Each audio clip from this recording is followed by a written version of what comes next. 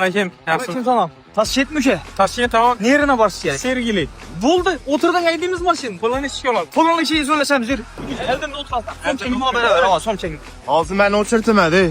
Ki ağzı mən o çırtımda yürü ondan mali başına otur. Yürü git. Ben mağlup olmuyor mu? Aa. Doğru işet minirsallı ki. Benim benzinim deyip yolda zapravkada toxtamız. Benim fasilcem yeterli. Yanımda günün belki sen buldu. Ha bolda site Bana gitmeden. qara ülke bıçı isti aldakçıbı. Mən bilən gitsen bak ucalarımın çayxanası var. O katın mut boladı ülke canım. Katmut olar. Aa. Bırak da gitemem benim. Sen studentsen ku. Benim yanında çayım var. Yaşaş besplatlı. İyi. Seriously. Aa. Aldan indir. Yok. Bırak dosyana koy dişan arayın. Git. Be. Məni kızım kəsər. Əfrəs səsinə 200 min sam etməyin. Aşını sən bərsən. Əfrəs səsi bot getərmədi. Ağa indi beyanlı kıyızı keseleken koy yardan boladı. Koyun indi bulada gitarin boldu rahmet gittik. Peki. Ben yapam ne? Sen gitsen az iterelim lan maşinle prosperiten. Taşıyın tabarcımız yereken daha presi.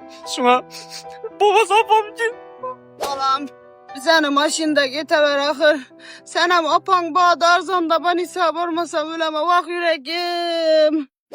Ağa doğrusu ona müteber, ona aziz, ona numara diyeyim istirmetmek. Ona köyüne karışarak sağ olun.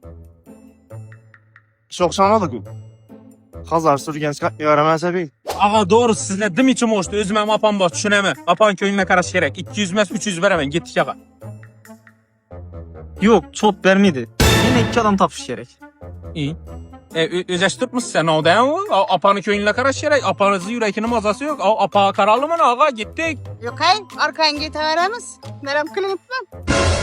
Selazı ikileşme üstünden gittik mesela. Ben okşa tutmam ben. Ne olacak tuttular? Ne değil mi? Miyem uzman ağa. Ben yeten azonda okşa barmasam yardım taşıdılar. Gitemizlediyiz bak. Lez verdiyiz mi? Gidelim onu. Sen de sizden başka taksi kalmadı. O buratam gittik kaldı. Oynatmen gittik.